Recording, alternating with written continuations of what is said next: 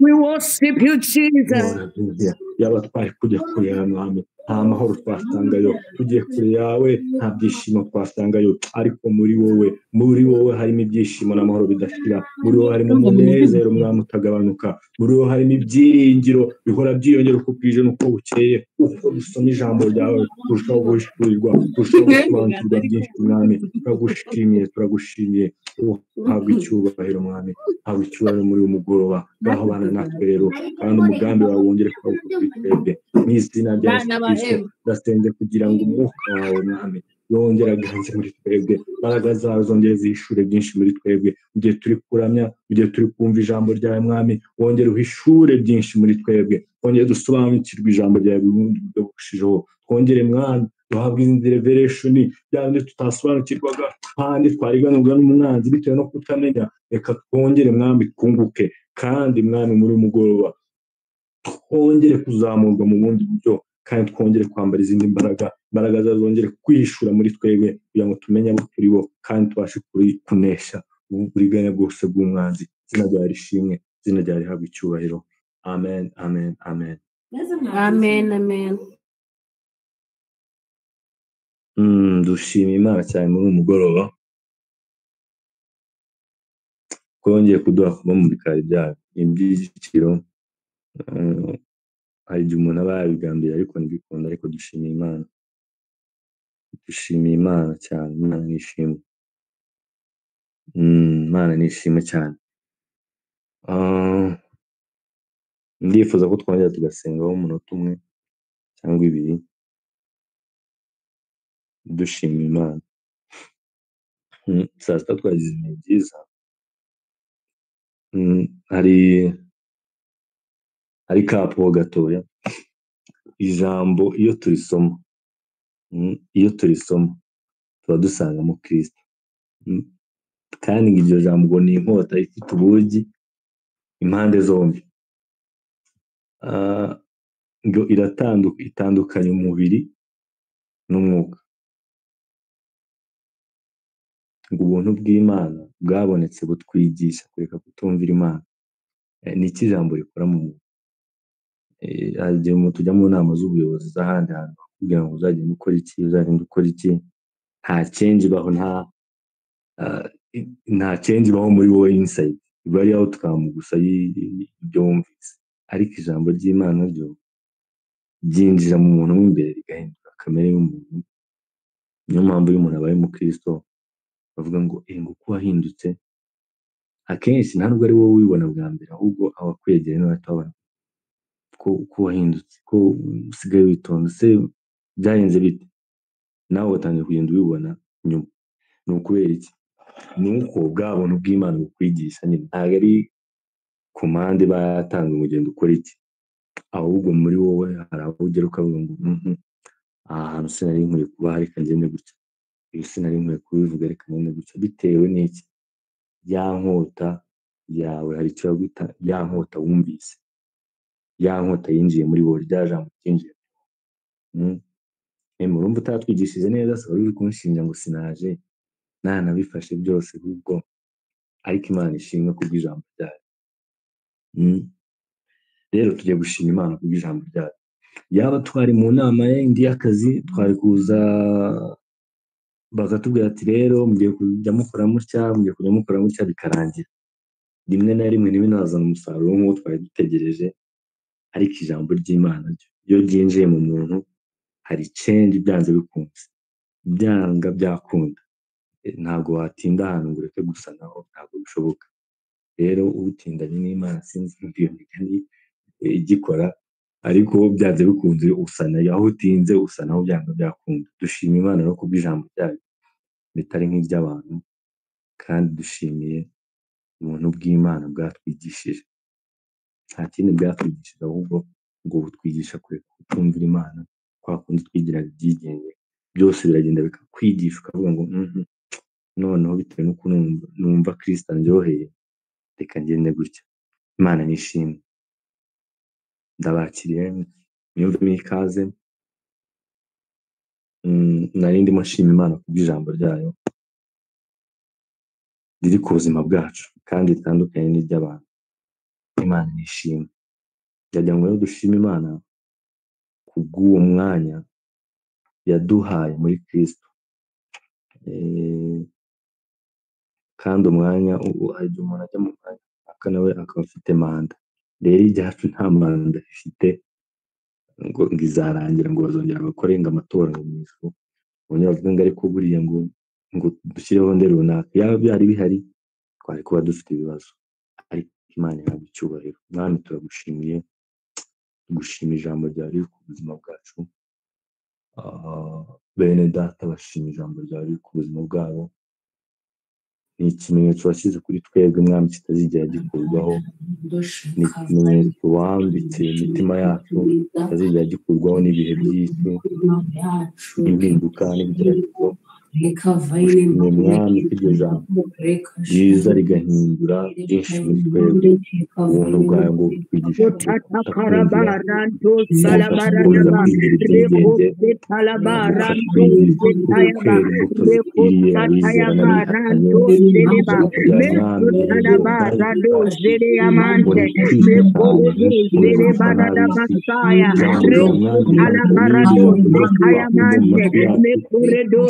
barada basaya ba meso tala barado sekaya ba rato satala barado zere barada bakaya rata parada kanze kaya mante meso tala barado zele mante yaba rekose tele barada ba santa yaba rekose taya marado zere barada ba rakaraba santa ya barada rekose taya barado zele barada basaya nakaraba rabo santa yaba rekosaya rekose tele bo rekosataya rekose taya mante ya barado sayaba rekose tala baranto sata rekose tele barada santa yaba rekose tala barada basanta yaba rekose la barado zele mantele barada ba rekose taya barabo santa yaba rado zele ba rekose barada bo zele mante ya rekose taya barado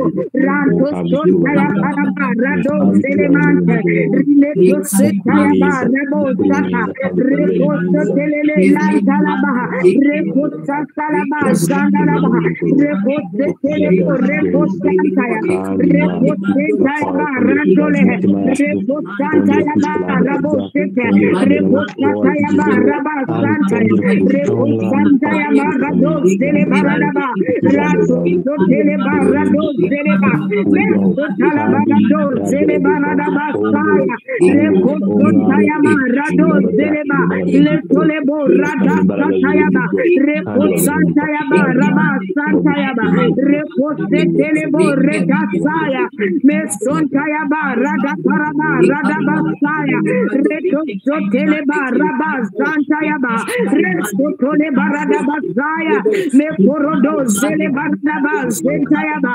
rekose tele bo rada ba santa ya. We thank you Jesus, we bless your name me korodo setala barada ba rilento la barado zele barada ba saya me korodo zele barada ba santa ya ba rekosonte ya ba rado zele barada resko tele bo ranto ya ba me kosanta ya ba rada ba saya me korodo zele barada ba santa ya ba rikasonte le bo rada bo zala barada rekorado zenta ya ba kaya rekete parada ba zele barada ba ya resto la manto le bo rekasota kaya rileto la barado zele barada ba rekaraba rado seya ba. We thank you Jesus. Hallelujah, hallelujah, hallelujah. Amen, amen, amen.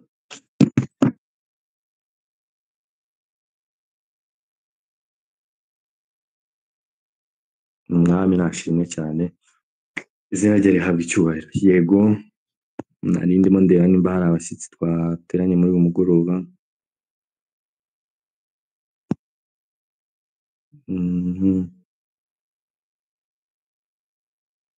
Nkuru nziza Primier, sinzi nimba ari umushyitsi, gusa ndumvira izina rwa mbere ndibonye, ariko abaye ari umushyitsi, ntabwo ari umushyitsi.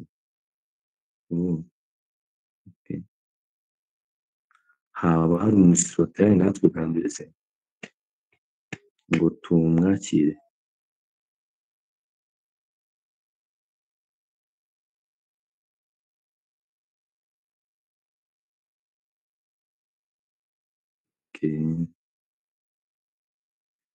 Yego, Imana ishimwe cyane.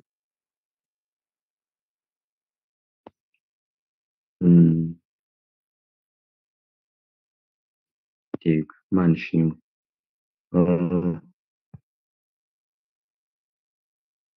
Uyu munsi impano ari bufate umwanya wose rero, impano zose yitwa mpano, none n'impano zose singiye kwisubiramo, ariko nkese nibuka ko ari iryo zina rye. Yego, niba uri butuganirize ijambo ry'Imana, keretse nimba yaratanze yarakoze live ntahari, ariko twagakwiye kumva live rwose akaririmbo ke, nta ndirimbo ni nziza.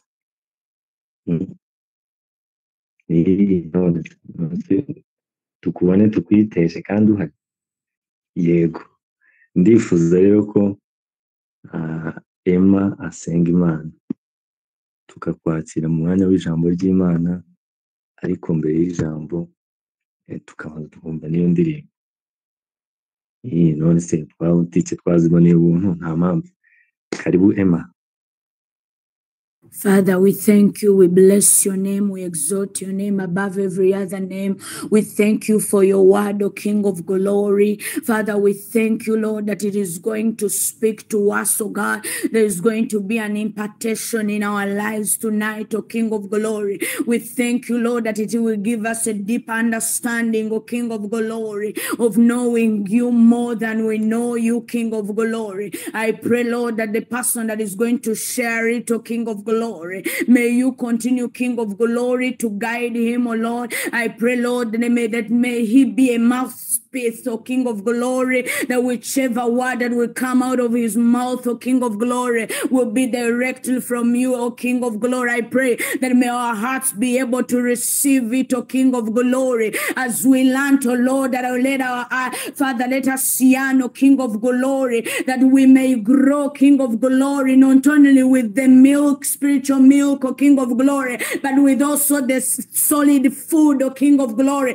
that will strengthen us, O King of glory, to move, that will strengthen us, O King of glory, into deeper understanding and getting deeper revelation of the salvation, and that is understanding who we are in Christ, O God. I give you glory that this is the night that you prepared for us, O God, that we will understand you more and more, O God. We give you glory and praise in Jesus' name. Amen. Amen. Amen. Amen. Amen. Amen.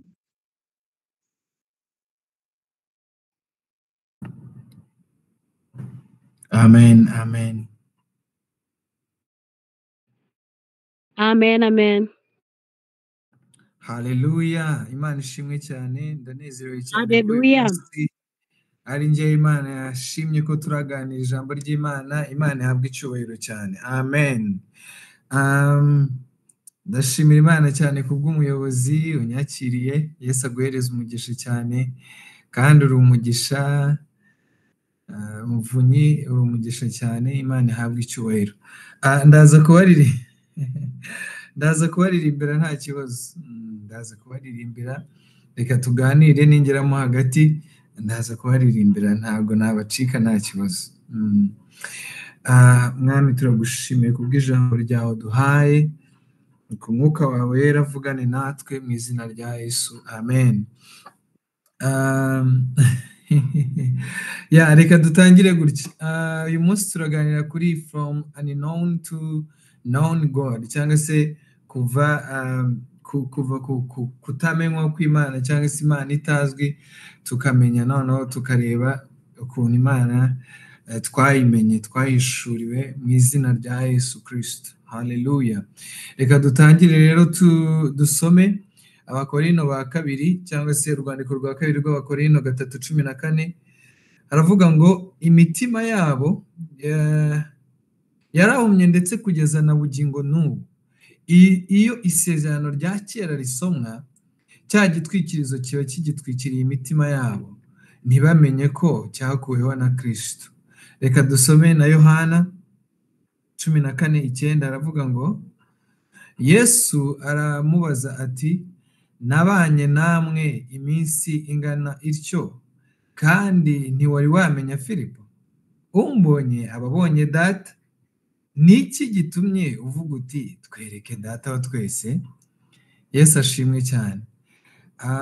Iri jambo niryo nshaka ko tuza kugenda, cyangwa se dukoreho meditation. Ariko reka dutangire gutya. Narindi gutegura icyo turaganiraho, nza gutekereza, ndavuga nshingiye kuri iri jambo nahaye title tugiye kuganiraho. Ndatekereza ndavuga ni imagine ugeze mu gihugu utazi, nk'uko bwa mbere ngera India nari imeze, ugasanga bavuga ururimi utumva, kandi bakoresha ibimenyetso utazi icyo bisobanuye. Urumva utazi n'icyo bivuga, ukisanga mu bantu mbese bose bakuzengurutse ari uko bameze, bakoresha ururimi utumva, bakoresha ibimenyetso utazi icyo bivuze, amasayinizi n'ibimenyetso byose nyine utumva icyo bisobanuye. Biba bigoye cyane, wumva bikubangamiye cyane, wumva bikubangamiye ubona abantu bagukora ibintu imbere utazi iyo biva n'iyo bijya, kuko ibyo byose uba uri kubona nta kintu na kimwe uba wumva, nta kintu na kimwe uba wagasobanukirwa. Se aba bantu bari kuvuga ngo iki? Ese aba bantu ntibari kunegura? Ese aba bantu ntabwo bari kunseka? Ese aba bantu ntabwo bari kumvuga? So biragucanga ugasanga watakaye.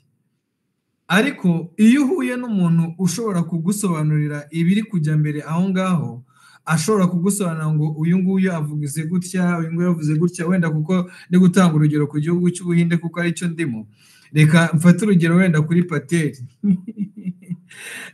Kamvuge Mpano Pateri, ugahura na Mpano Pateri agatangira kugusobanura akakubwira uti buriya runaka avuze ibi ngibi, ubwo akoze kino kimenyetso ashatse kuvuga ibi ngibi, utangira kwisanga noneho muri environment, utangiye kumva ibiri kujya mbere aho ngaho muri icyo kintu, muri icyo gihugu ugezemo bwa mbere. So rero utangira guhishurirwa, utangira kubona bya bimenyetso icyo bivuze, ntabwo uba ukiri inka nyine yibereye aho ngaho utazi ibiri kujya mbere. Imana ishimwe cyane, haleluya. So rero ngo nta kintu na kimwe cyaba kikigucanga, nta kintu na kimwe cyaba kikigusoba, kuko uba wamaze kujya muri sisiteme nyine y'icyo gihugu ugezemo bwa mbere. So rero nabifashe ngo bitewe n'uyu murongo dusomye hejuru ngo Makorino ba 2:3-14, ariko imitima yabo yarahumye ndetse kugeza na bugingo n'ubu. Iyo isezerano rya kera risomwa, cya gitwikirizo kiba gitwikira imitima yabo, ntibamenye icyo ko cyakuweho na Kristo. So rero akenshi na kenshi iyo turi gusoma Bibiliya, iyo dusoma Bibiliya, cyangwa se abantu iyo basoma Bibiliya, cyangwa abantu bari gusoma amagambo y'Imana yanditswe muri Bibiliya, usanga kenshi na kenshi isezerano rya kera Imana irimo, Imana ariyo kandi ivugwa muri iryo mu isezerano rya kera, nk'uko turi kwiga difference between old covenant and new covenant. So ariko usanga akenshi ihishwe mu bintu bisa n'amashusho, ihishwe mu bimenyetso, nk'uko mbahaye urugero nyine rw'uko ushobora kwisanga muri iki gihugu cy'Ubuhinde ari ubwa mbere uhageze, ugasanga bavuga ururimi utumva, ugasanga bari gukoresha ibimenyetso utumva. Imana ishimwe cyane. Ariko mureke mbabwire, mu isezerano rya kera rero icyubahiro cy'Imana gisa nk'igihishwe mu bimenyetso, gihishwe mu mashusho, mbese kiratwikiriwe. So ariko hanyuma amategeko niyo yerekana kwera kw'Imana, ariko mu by'ukuri ntabwo yerekana umutima wayo wuzuye. Ese turi kujyana? So ndatekereza flow ndimo turaza kujyana tubihurizemo. Ariko noneho reka turebe isezerano rishya. Isezerano rishya noneho iyo dusoma tuba dusa nkaho twambaye noneho, cyangwa se twahuye na interpreter Pateri, twahuye w'Umuhinde, ari kudusobanurira, ari kutubwira ibyabaye mu mashusho, ibyabaye muri ya mvugo tutumva, ibyabaye mu isezerano rya kera. So atuvanye mu mashusho, atuvanye mu rurimi tutumva, so atuzanye mu rurimi tubasha kumva, kuko ari kwandastandinga ibiri kuvugwa aho ngaho, atujyanye ari kudusobanurira ikimenyetso icyo ari cyo cyose cyavuzwe n'abari abantu bavuze ururimi tutumva, ari kukitubwira mu rurimi twumva. So mu isezerano rero rishya, Imana ishimwe cyane, binyuze muri Yesu Kristo noneho, haleluya haleluya, ariwe interpreter twabonye, tumenya umutima w'Imana.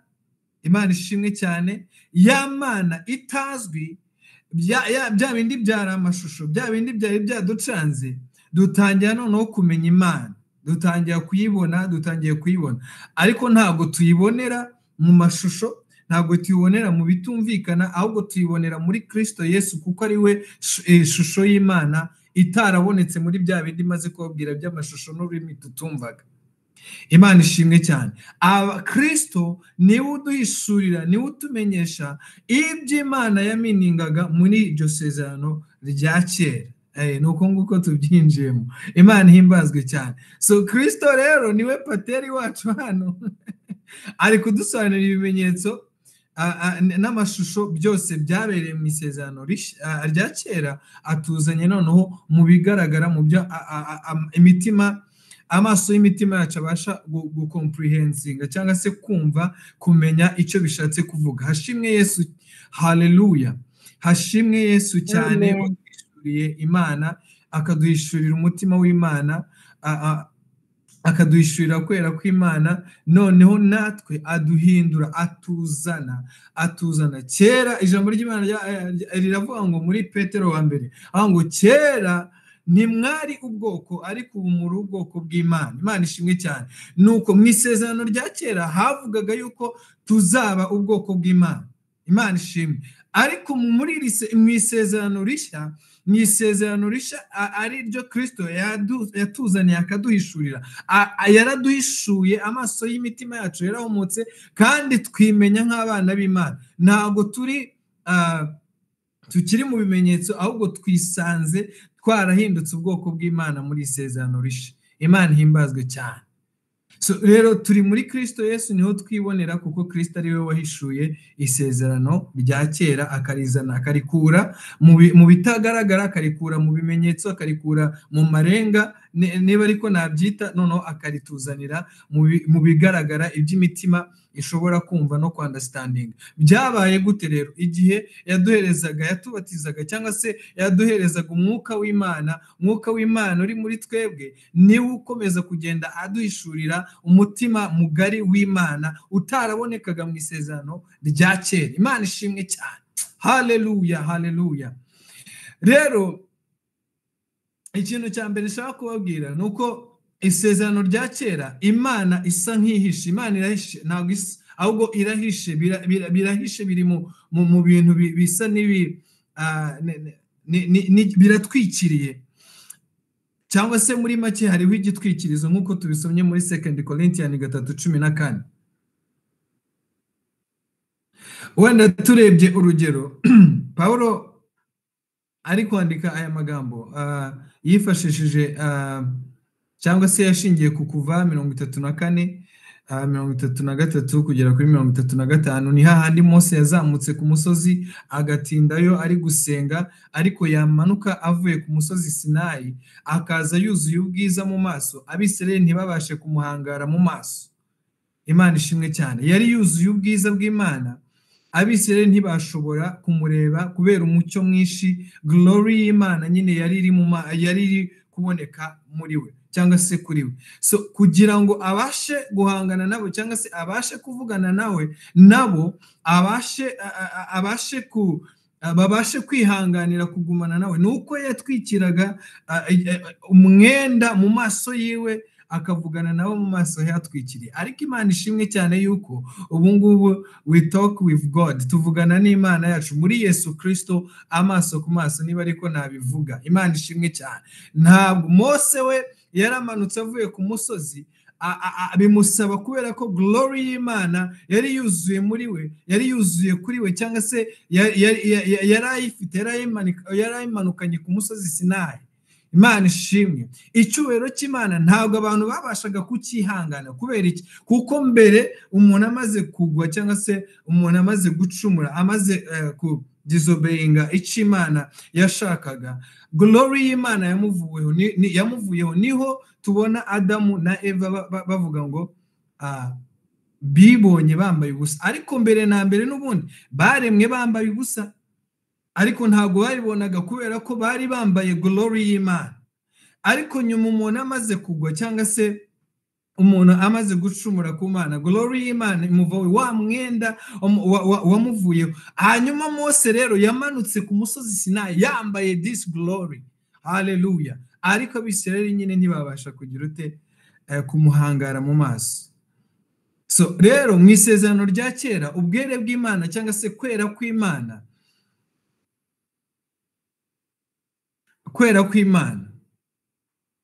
ntabwo abantu babashaga kugukomprehendinga cyangwa se kuguhangara byuzuye, ntabwo bari kubibasha. So rero amategeko yari igicucu cy'ibizaza ay'Abisirayeli bahawe. Wenda dusomye Abaheburayo 10:1 avuga ngo, dushaka kwihuta kugira ngo ngere, nateguye topic and subtopic, ndashaka ko byose tubiganiraho vuba vuba. Tubonye ko nyine glory y'Imana mu isezerano rya kera abantu ntabwo babashaga kuyishyikira fully cyangwa se kuyibona byuzuye. Ubwiza bw'Imana ntabwo abantu babashaga kubuhangara byuzuye. Hanyuma rero ikindi nshaka kubabwira, amategeko yari igicucu cy'ibizaza, ariko turaza kubiganiraho hanyuma. Ariko reka dusome Abaheburayo tumenye ukuntu yari igicucu cy'ibizaza. Abaheburayo 10:1 aravuga ngo, ubwo amategeko yari igicucu cy'ibyiza bizaza, akaba adafite ishusho yabyo ubwabyo, ntabwo yabasha gutunganya rwose abegera igicaniro. Abatunganishijwe ibitambo bahora batamba uko umwaka utashye. So rero Abisirayeli mu isezerano rya kera bahoraga batamba ibitambo uko umwaka utashye, kugira ngo baninge cyangwa se kugira ngo baboneke mu maso y'Imana, niyo ariko nabivuga. Yes, baboneke mu maso y'Imana cyangwa se baboneke imbere y'Imana bakiranutse kubera igitambo batambye. Batangaga igitambo cy'ibyaha nyine kugira ngo bemerwe. Imana ishimwe cyane. Ariko iyo turi gusoma kandi iyo turi kuva mu mashusho n'ibimenyetso n'ibitarabonekaga mu ishusho ngari y'Imana, dusanga Kristo yarabaye umutambyi mukuru cyangwa se umutambyi wadutambiye igitambo kimwe gusa, agaduhindukira n'umutambyi. Imana ishimwe cyane, akatwinjiza noneho mu bitari igicucu, ahubwo atwinjiza muri realite y'Imana. Haleluya, Imana ishimwe cyane.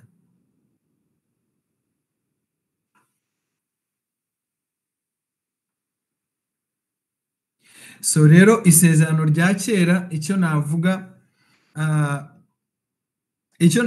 isezerano rya kera ryanditswe kugira ngo twebwe ubu ngubu, twebwe ab'iki gihe ritwigishe, turyigiremo. Wenda reka nguhereze nk'urugero. Ni nk'uko usuye cyangwa se uri nko mu rugo iwanyu, ugahasanga alubumu y'amafoto arimo ba mama, ba papa na ba sogokuru. So ubu uri kureba umuryango wawe, nubwo ari abantu bagiye nyine badahari, ubu uri kureba umuryango wawe w'abasaza n'abakecuru, ariko ntabwo ari bo wowe. Ntabwo ari bo wowe. Yes, nibo wakomotseho, nibo nabyita urukiryi rwawe, ariko ntabwo ari bo ari bo wubakiyeho ubuzima aka kanya. Hari ubuzima nyine urimo ubu ngubu. So rero isezerano rya kera naryo nimeze nk'uko waba uri kureba album ya ba grandpa, ba grandma batagihari, ariko wowe uriho hano muri realite y'ubuzima. Sinzi niba biri kumvikana. So rero isezerano rya kera ni ishusho, ni amafoto, ariko isezerano rishya ni realite y'ayo mashusho n'ayo mafoto tubona mu isezerano rya kera. Imana ishimwe cyane. Ariko ikintu gitangaje, muri iki gihe hari abantu benshi bakibereyeho inyegamo iri ku maso yabo, barebera Imana kure nk'uko Abisirayeli twabonye bayirebaga ubwiza, even ubwiza buri Mose amanukanye imbere y'Imana, bakamurebera kure, bagatinya kumwegera. So bareba Imana nk'umucamanza gusa, cyangwa nk'ikintu nyine gihishe nk'Imana ihisha ahantu ipfuritse ahantu itaboneka kandi ntibamenye yuko ubwiza bw'Imana bwatugezeho. Haleluya. Ntibarakamenya. Ndavuga hari abantu amaso yabo ataramenya yuko ubwiza bw'Imana bwaturasiye kandi twahindutse ubwiza bw'Imana. Imana ishimwe cyane. Ariko ndasenze mu izina rya Yesu Kristo ngo amaso y'imitima yabo kandi amaso y'imitima yacu mu izina rya Yesu arusheho guhweza ngo tumenye ibyo Kristo yaduhaye kandi tumenye ibyo Umwami yatugize byo muri iki gihe. Imana ishimwe cyane. So rero mu isezerano rya kera kandi nanone Imana cyangwa se imitima y'abantu yasaga nk'ihumye nyine yinangiye niko twabonye igitwikirizo cyabaga gipfundikiye amaso yabo. Ariko muri iki gihe Imana ishimwe cyane, muri iki gihe iyo dusoma bya bindi bisa n'amashusho tubibona muri realite tukanezerwa, imitima yacu igahumuka kavuga ati burya ya nzoka Mose yamanitse yashushanyaga Kristo. Wow, ndabimenye. Kubera iki? Kubera yuko ubwiza bw'Imana, kubaho kw'Imana kwarahishuwe muri iki gihe kandi n'umwuka w'Imana abiduhishuriye. Ntabwo ari ikindi kintu cyabihishuye, n'umwuka w'Imana abiduhishuriye. Imana ishimwe cyane. So rero imitima y'abantu kera yabaga iri hardened cyangwa se kubera kunangirwa kw'imitima, ntabwo abantu babashaga kumenya Imana byuzuye. Imitekerereze y'abantu hari ukuntu yabonaga Imana cyangwa se ibona Imana. Even n'ubu hari abantu bakiri munsi y'imitegekere y'isezerano rya kera y'amategeko batamenye yuko inyegamo yakuweho. Oh my goodness. Imana iduhereze kumenya cyane, umwuka w'Imana akomeze akureho inyegamo ku mitima y'abantu mu izina rya Yesu Kristo. So rero Paulo yandikira abakorino ibice uyu murongo, iki gice twasomye, igice cya 3, Paulo yerekanaga imitima y'abantu bakiri mu isezerano rya kera. Imitekerereze yabo yari itwikiriye cyangwa se imitekerereze y'abantu bakiri munsi y'itegeko cyangwa se y'amategeko, bagitwarwa n'amategeko. Imitekerereze yabo, imyumvire yabo, imitima yabo hariho inyegamo. Imana itugirire neza cyane.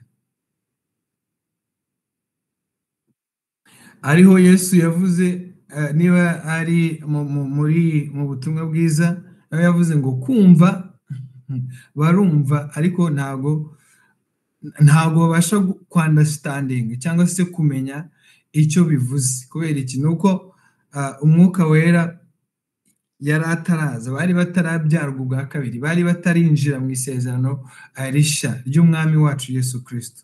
Imana ishimwe cyane.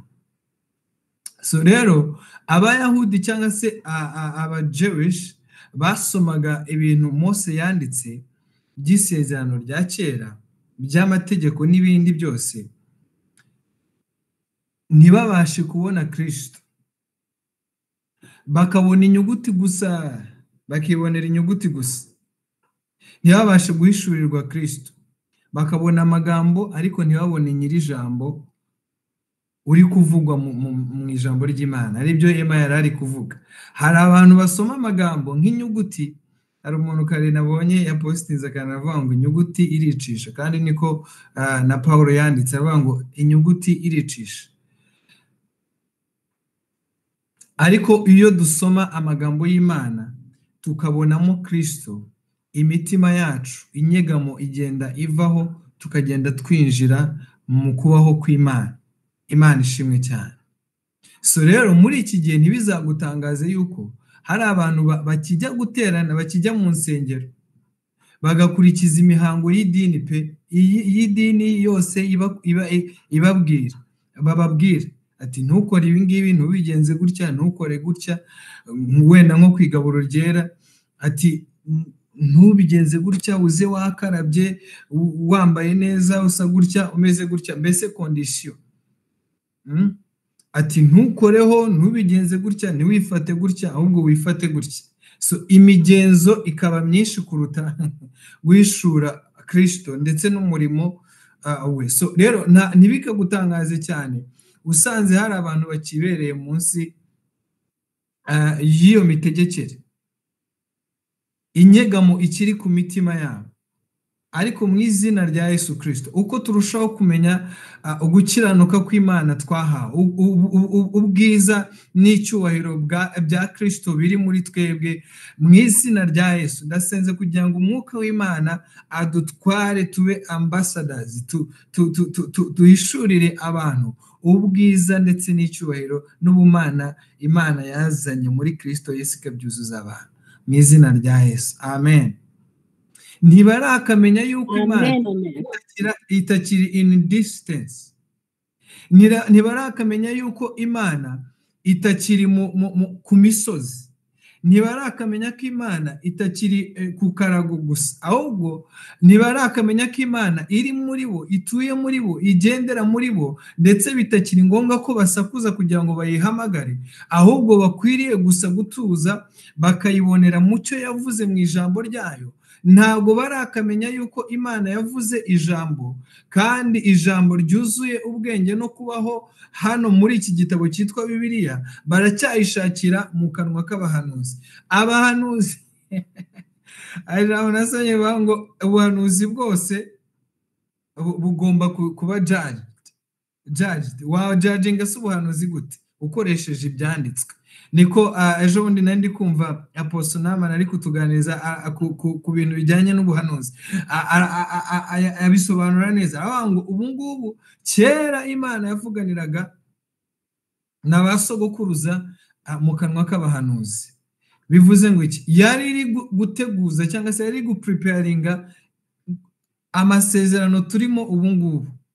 Ariko noneho ubu ngubu ntabwo ikivugira mu kanwa k'abahanuzi, ahubwo isigaye ivuganira natwe mu kanwa k'umwana wayo, ari we Yesu Kristo. Oh hallelujah, what a joy! Mu kanwa k'umwana wayo Yesu yaravuze ngo uyu munsi ndababyaye mubaye bamwe nanjye. Hallelujah, niwe watwujije wo kuba abana b'Imana. Imana ishimwe cyane, Imana ihimbazwe. Yakuyeho urusika, yatabuye wa mwenda yanyegamo yari iriho. Oh my God. Hanyuma aduhereza kwinjira tudafite ubwoba. Muri Hebrews 4:16 nibo avuga, kubera yuko yabaye umutambyi mukuru, aduhesha kwinjira tudafite ubwoba, twegera intebe y'Imana tudafite ubwoba. Oh hallelujah, thank you Jesus. Ndasengera abantu muri iki gihe mu izina rya Yesu kugira ngo bave munsi y'ububata bw'imitegekere y'imihango n'idini n'imigenzo, ahubwo bamenye Imana kwitakiri in distance. Bamenye ko Imana now iri muri bo, igendera muri bo, kandi ikorera muri bo mu izina rya Yesu. Ntabwo igituye mu ihema, ahubwo yibera muri twe munsi kundi. Turagendana n'uyu munsi niyo turi kumwe. Hallelujah, Imana ishimwe cyane. Hari igihe kera njya nibuka kera hari igihe wamaraga nk'icyumweru utumvise umuntu aguhanurira ukavuga ati ati Mana waranyibagiwe kweri. Kubera iki? Inyegamo yari iri ku maso y'imitima yacu, ariko twarabimenye ubu ngubu.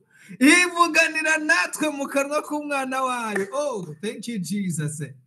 Hari igihe kera seriously wajyaga mu cyumba ukavuga ati uyu munsi ndahava ari uko umbwiye Mana, ndahavuganye nanjye.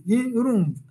Kandi mu by'ukuri iyo mbumbuye ubu ngubu, iyo nsigaye mbumbura Bibiliya nkumva umwuka w'Imana ari kunganiriza, nkumva my future, I'm in my future right now, I'm in my future. Kera numvaga nyine someone has to come and prophesy akambwira how about my future, but now I'm in my future. Ndi muri ejo hanjye hazaza. Thank you Jesus.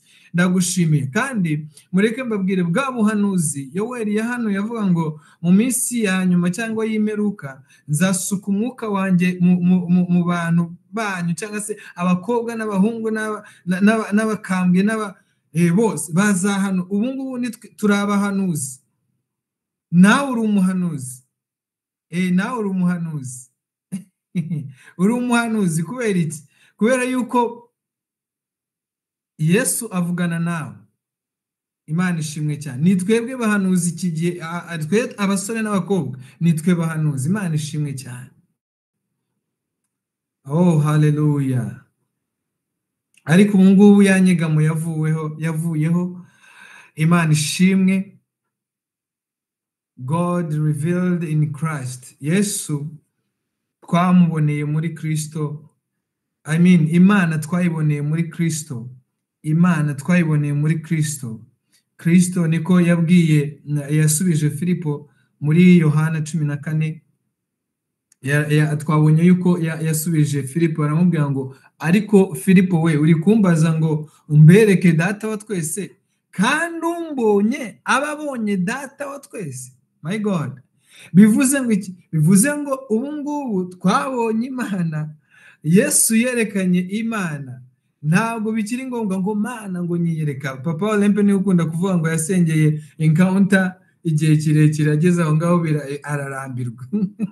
So Jesus, Yesu yakuyeho igitwikirizo, yakuyeho inyegamo ituma tutamenya Imana cyangwa se ituma tudahishurirwa Imana, kuko niwe Mana yacu. Niko Petero yanditse aravuga ngo Kristo ngo niwe Mana, umukiza wacu. Ni Imana n'umukiza wacu. Imana ishimwe cyane. Hari n'abantu bajya bavuga ngo Yesu si Imana. Kristo niwe Mana.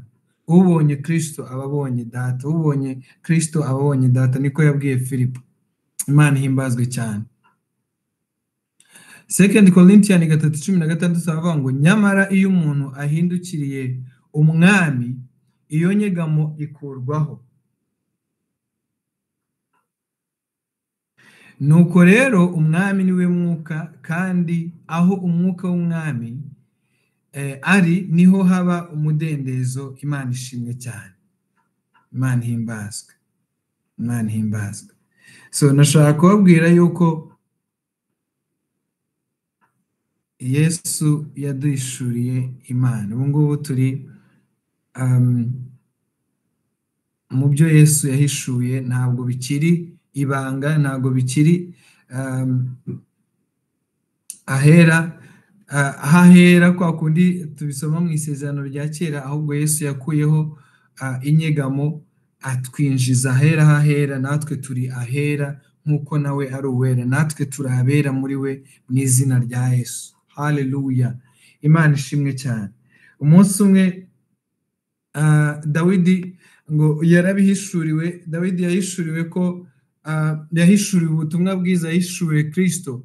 Arangije ngo yinjira ahera hahera, aragenda afata imitsima, afata imikati, ararya, aherezaho n'ingabo ze.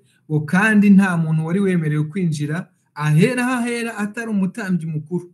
Ariko Dawidi amaze guhishurirwa Kristo, oh my God, afata iya mbere arinjira. Imana ishimwe cyane. So iyi nyegamo ivuye ku maso y'uwizera, atangira kugendera mu mwuzuro wo gukiranuka Imana yamuhaye. Imana ishimwe cyane. Sinzi niba muri kubyumva. So iyo inyegamo ivuye ku maso y'uwizeye Yesu Kristo, iyo umuntu avuye munsi yo kugendera mu bwoba bwo kumva Imana iri kure ye, ituye kure ye, itamuzi, itamumenya, agatangira kugenda ahishurirwa yuko Imana imuzi, ituye muri we, kandi yamugize umwana wayo, kandi yambaye gukiranuka kw'Imana, atangira gupatekinga, atangira kurisivinga ibintu bye. Pawulo umunsi umwe yandikiye Abakorinto arababwira 3 I believe 23 aravuga ngo byose ni ibyanyu na Kristo ni uwanyu. byose ni umuntu wahishuriwe inyegamo yavuye ku maso ye. Iyo umuntu amaze guhishurirwa umurimo wa Kristo, haleluya, atangira kumenya yuko byose ari ibye, abifite ari ibye, umugabane we ari ubugingo buhoraho, kandi ntawe uzaba umwaka. Imana ihimbazwe.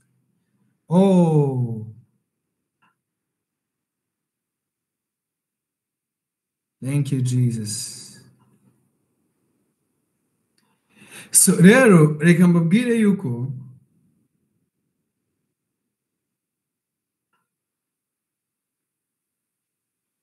Yesu niwe kumenyekana kuzuye kw'Imana. Nicyo kintu cya mbere nshaka kubabwira. From unknown to known God. Yesu niwe kumenyekana kw'Imana. Kuko Yesu yabwiye Filipo, aramubwira ngo umbonye ababonye data wa twese. Umbonye ababonye data wa twese. So rero utangira kumenya, ugahishurirwa icyo Imana nawe yakugize cyo muri Kristo Yesu. So rero Yesu si intumwa, ahubwo ni ishusho y'Imana itaboneka. Iyo usomye Abakolosayi 1:15, Yesu si intumwa nka ba Muhammad, ahubwo ni Imana yatwiyeretse. Papa Olympe amaze iminsi atuganiriza ukuntu Kristo yabaye incarnate. Kristo, Imana yaje mu mubiri, yambaye umubiri, ni nawe shusho y'Imana itaboneka. Imana ihimbazwe cyane ko ari imfura. Haleluya. So udafite Kristo rero, kambabwire ngo yibereye mu bicucu, arakibereye muri ya mashusho na bya bimenyetso nahoze mbabwira bya Pateri wo mu Buhinde, uri kunsobanura ngewe mpano wo mu Rwanda utaramenya ibijya mbere mu Buhinde. So yibereye mu ntera, azi Imana nk'Imana ituye kure, ayihamagara nk'iri ku musozi, nk'iri kure, ariko ufite Kristo, haleluya, Imana ishimwe cyane. Umucyo waramuviriye, kandi n'umwe n'Imana, ntabwo atinya yuko Imana iri kure, ahubwo amenya yuko Imana iri muri we. Imana ihimbazwe cyane. So agenda agwiza imbaraga from glory to glory, kuva mu bwiza ajya mu bundi. Ubwiza bugenda bwiyongeranya buri munsi. Imana ishimwe cyane. So rero reka aka gace nashaka kubabwiraho ngasoza mvuga ngo isezerano rya kera, mu isezerano rya kera Imana irahishwe, ariko mu isezerano rishya twabonye Imana muri Kristo Yesu. Imana ihimbazwe cyane. Kandi mu isezerano rya kera Imana itazwi yabaye Imana yamenyekanye muri Kristo Yesu, turayibona. Niko Yohana yanditse, yaravuze ngo uwo twabonye tukamukoraho. Imana ishimwe cyane. Haleluya.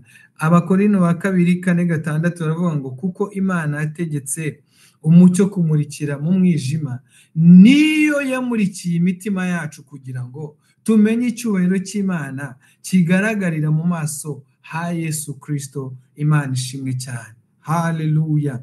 Imana ihimbazwe. So rero twari turi kureba from unknown God to known God. Imana yatwiyerekeye muri Kristo Yesu. Imana ihimbazwe cyane. So reka turebe gatoya kuri law and grace, cyangwa se amategeko n'ubuntu. So hanyuma mu isezerano rya kera, cyangwa se isezerano rya kera twabonye yuko ari ritangirira mu mategeko, ariko isezerano rishya tubona yuko ryatangiye na mbere yuko Abisirayeli bahabwa amategeko. Bivuze ngo isezerano rishya ryatangiye mbere yuko isezerano rya kera riza, nk'uko Apostle Namani yabitubwiyeho hano. Imana ishimwe cyane. Ndatekereza mubyibuka. Amen. Kuko Imana yagiranye isezerano n'umuntu cya gihe yica inyamaswa, ikambika umuntu, ikambika isoni z'ubwambure bwe. Imana ishimwe. Kuko Imana yarabiteguye na mbere kera kose, kuko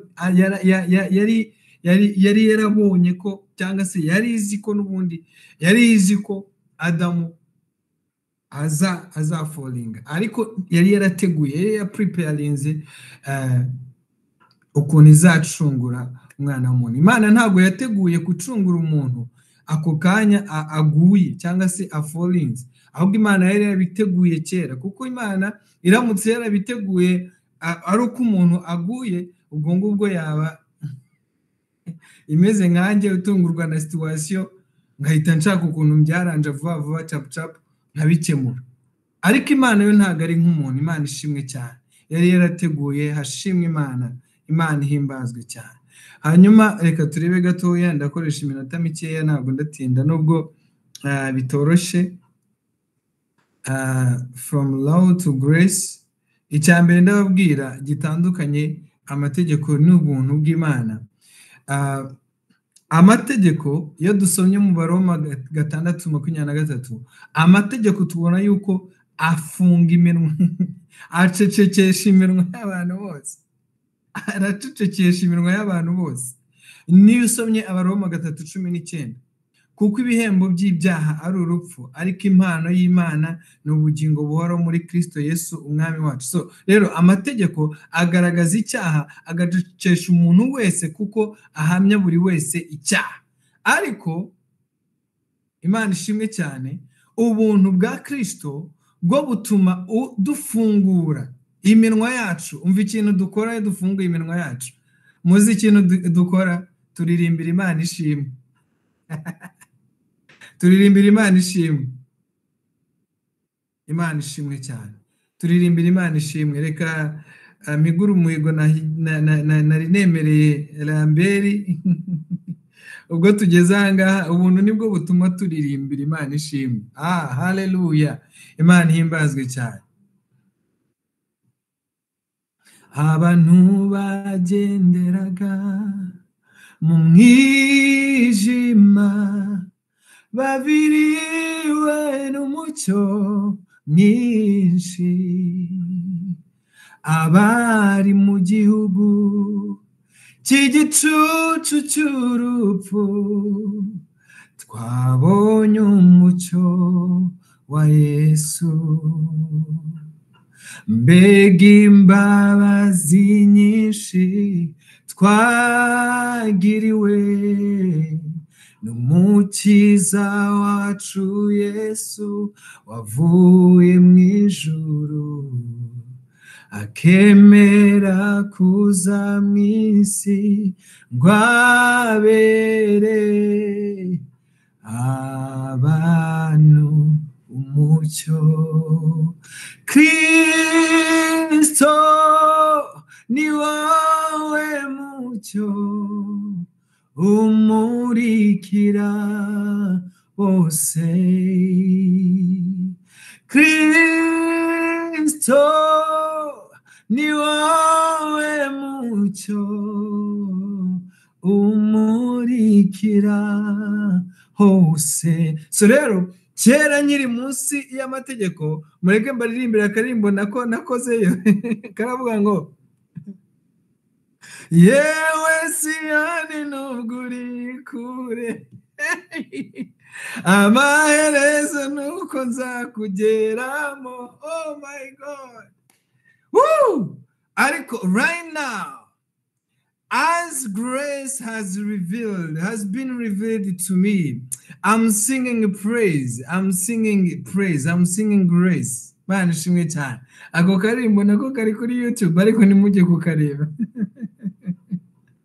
Mukiyorere ama-views gafite. Ubu ngubu ndi muri Siyoni, ntabwo nyitegereje. Oh, thank you Jesus. Ndi muri Kristo, ntabwo nyiri ntabwo nagasiba. Nikagume hariya nta kundi byagenda. So namenye yuko ndi mu ijuru. Oh my God. Ubu ngubu ndi mu ijuru. Ntabwo ntegereje ko nzajya muri Siyoni. I'm on the Zion.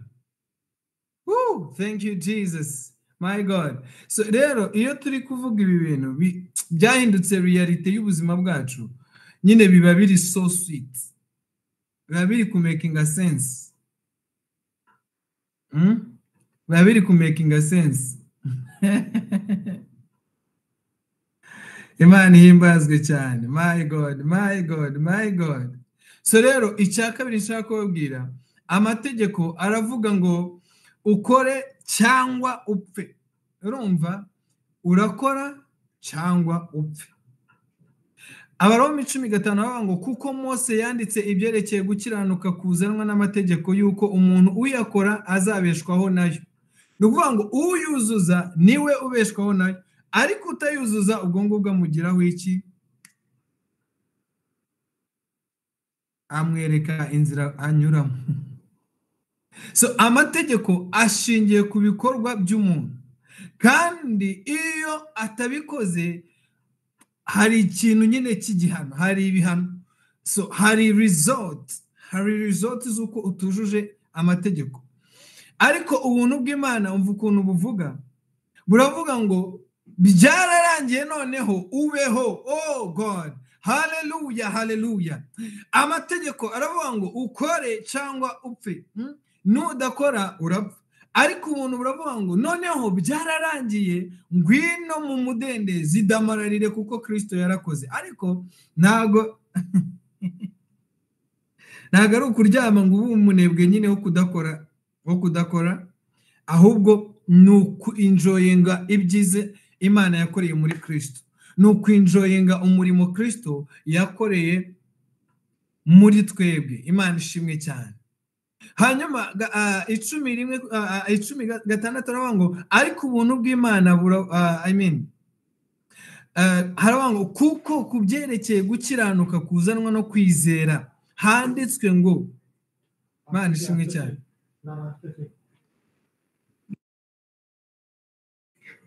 Imana ishimwe cyane. Kaba abantu banderanje.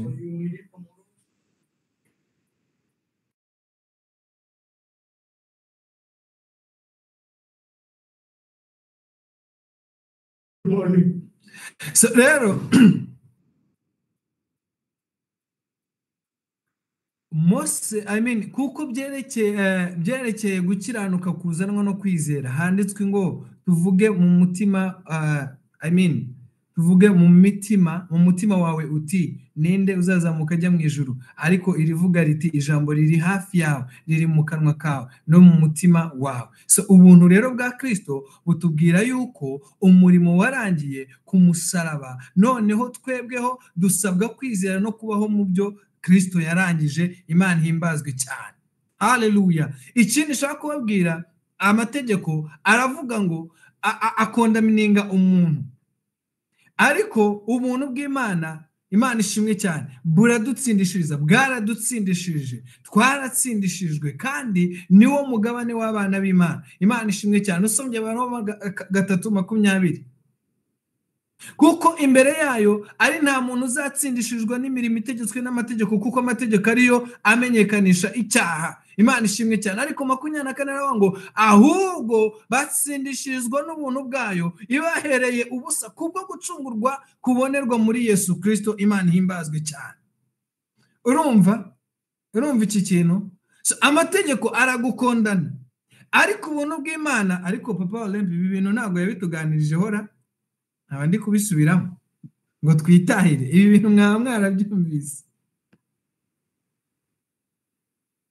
So rero nashakaga ariko no kubyibukiranya ntacyo bitwaye, sibyo se? Mugire gutya niba ari byo. So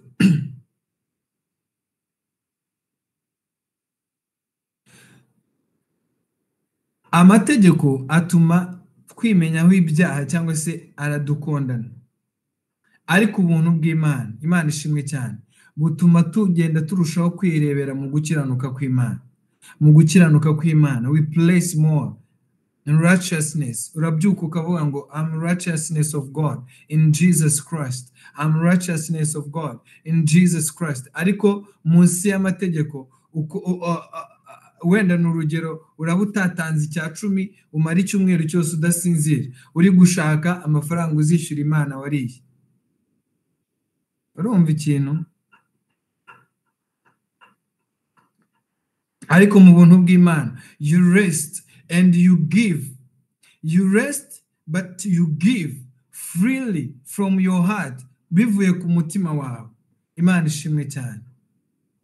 Hari n'umuntu nigeze kumva ari kuvuga ngo njye nguriza Imana ngo nyine ngo tukabiganiraho ngo tukabyumvikanaho ngo nagera igihe nyine ngo nkakusanya rya deni ryose nkagenda nkayishyura. Simbizi ukuntu babibarana, nuko iyo Mana ye bigenda, niba ari iyo muri Bibiliya cyangwa niba ari hehe, ariko ikimwe ni kimwe cy'icumi, ntabwo ari ukuvuga ngo ndiguriza biteranye nzagende mbigira ute bitange. Kimwe mu icumi ni ukugira ngo ni ukuvuga ngo uragitanga nyine, ni kimwe mu icumi, ntabwo ari ntabwo ugabanyaho nta nubwo wongeraho. Ntabwo ari hano tugira akaresitora tujya dukunda kwita shahi, ntabwo ari muri shahi ugenda kwiyandikisha ngo baguhereze buriyani, numara kuyirya wiyandike mu gakayi, ubutaha uzagende ujyanye amafaranga ugiye no kurya indi buriyani. Oya, so rero abantu babigenza gutyo I don't know. So barakibereye nyine muri bya bindi biriho igitwikirizo. Ariko mu izina rya Yesu Kristo turasenze kugira ngo ubuntu bw'Imana bugere ku bantu b'Imana, umwuka w'Imana adukoreshe, aduhe guplacinga cyane, tumenye righteousness dufite muri twebwe ko adukwiriye gukomeza kugenda tukabwira abandi bataramenya ubuntu bw'Imana, nabo bakava munsi y'igitwikirizo bakagendera mu mwuzuro w'umurimo Yesu Kristo yakoze. Imana ishimwe cyane. So amategeko rero ahishura ibyaha by'umuntu. Abaroma 7:7 baravuga ngo nuko rero tuvuga iki? Amategeko ni icyaha ntibikabeho. Icyo akora simba naramenye icyaha iyo ntamenyeshwa n'amategeko. Ni ukuvuga ngo itegeko niryo rikumenyesha ko ufite icyaha. My God. So rero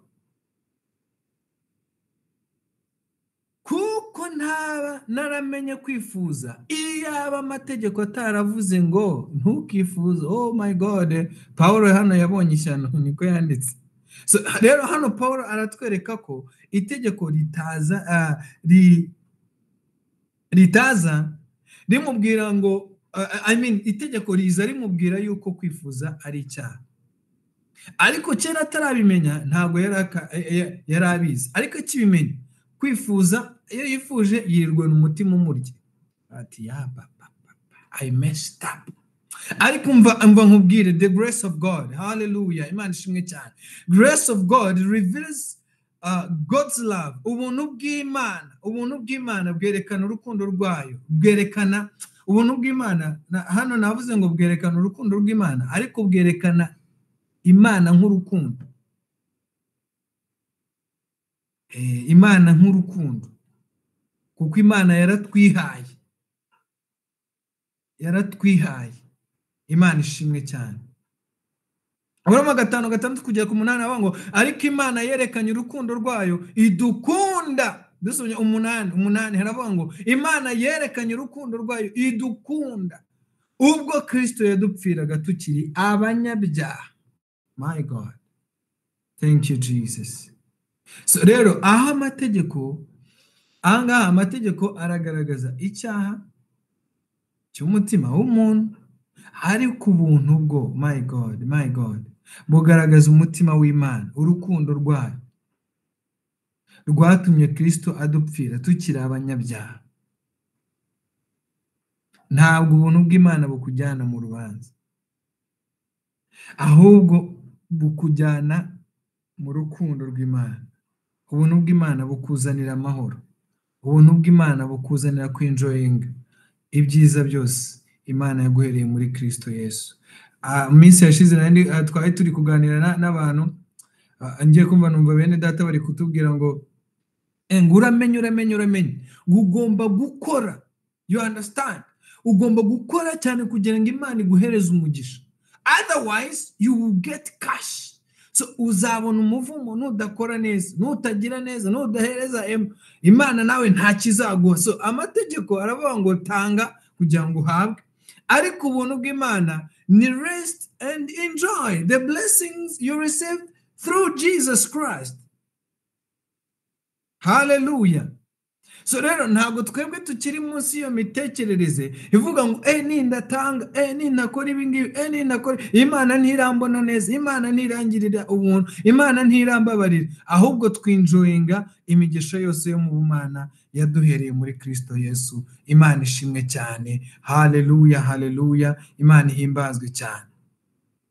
So reka mvuge akantu ka nyuma, ni byinshi ntabwo nabirangiza, ariko reka mvuge akandi kantu kamwe, munyemerere nkavuge, ubundi duhite dushimira Yesu waduhishuriye Imana, watwihishuriye ari we Mana. Murabinyemereye se? Yes, murabinyemereye. Law demands obedience. Amategeko adusaba kumvira hatabuzeho na kamwe. Amategeko arakubwira ngo ntugakore ibi, ntugakore biriya, ntukore ibi ngibi, ahubwo kora ibi ngibi.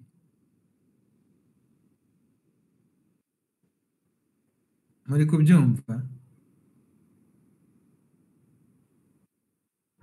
So rero itegeko rikuzanira ikintu cyiswe umutwaro. Kare hari umushuti wanjye twari turi kumwe, turi ahantu turi gusangira, ngo ndamubwiye hari ibintu nyine yari gusoma, umuntu yanditse muri groupe, nje ndamubwiye ariko nje ndi kumva ibyo ngibyo ntacyo bindebaho. Ati kandi nawe tubana muri iyi groupe, ati nawe ugomba gukora nk'ibyo. Ariko njyewe ibyo ngibyo ntabwo bindeba, kubera yuko I'm free indeed. Ntabwo ngomba gukora ibi kugira ngo bigende gutya, ahubwo I know in my spirit yuko nyine birimo ntabwo bigomba kumbera itegeko, ntabwo ari umutwaro, ntabwo ari ibintu ngomba kwihingamo. In my spirit harimo ibyo bintu, ntabwo rero binsaba kwishyiraho iyo mitwaro, kandi hari uwayitwaye. I'm enjoying, I'm resting, I'm in the grace of God. Hallelujah. So, rero itegeko riragukanda rigutegeka ati nudakora ibi ngibi ntabwo biragenda gutya. Kora ibi ngibi kugira ngo bigende gutya. Ariko ubuntu bw'Imana buduhereza imbaraga zo kubaha, zo kumvira, zo kugendera mu byo Kristo yaduhaye. Imana ishimwe cyane. So rero aha niho ubuntu butandukaniye n'amategeko. Ubuntu ntibutuma umuntu yumvira gusa icyo agomba gukora, ahubwo ubuntu butanga imbaraga zo gukora. Ntabwo itegeko rikubwira rigushoboza gukora, we rirakubwira ngo ukora kugira ngo ubone result. Ariko ubuntu bwo buri muri wowe, ubuntu ni Kristo ari muri wowe agushoboza kubikora, ntabwo ari wowe ubyikoresha, ahubwo uri muri wowe, ubuntu ni ubikora muri wowe, ni uguhereza imbaraga zo gukora ibyo utabasha gukora. Imana ishimwe cyane.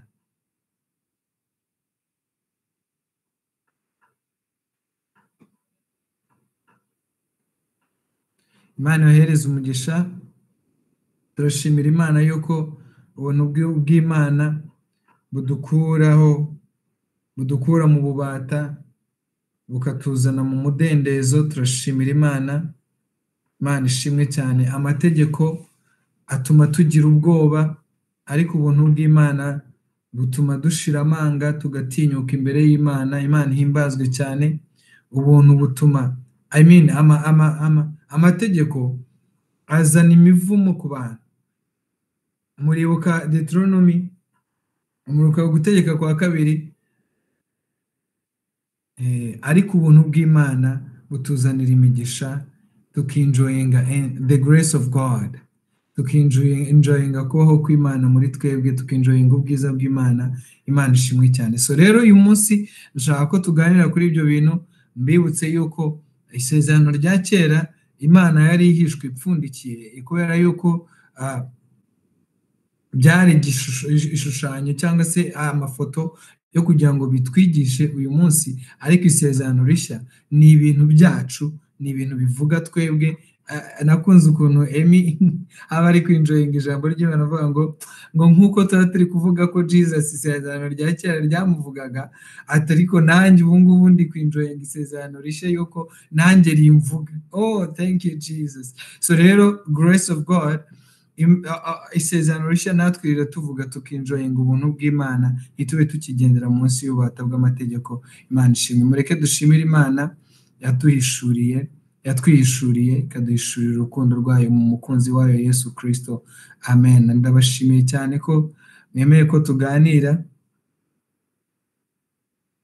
Nzababwira ubutaha ikintu cyatumye tuganira uyu munsi. Ubundi ngiye nkunda gutangira icyumweru. Yes. So rero Yesu abahereza umugisha, kandi muri umugisha mwarahezagiwe. Mushatse mwashyiraho mikrofone tugashimira Imana kubw'ubuntu bwayo twabaherewe muri Kristo Yesu. Thank you Jesus. Thank you Lord. Tuguhaye icyubahiro Mwami. Turagushimiye yuko tukiriho mu mashusho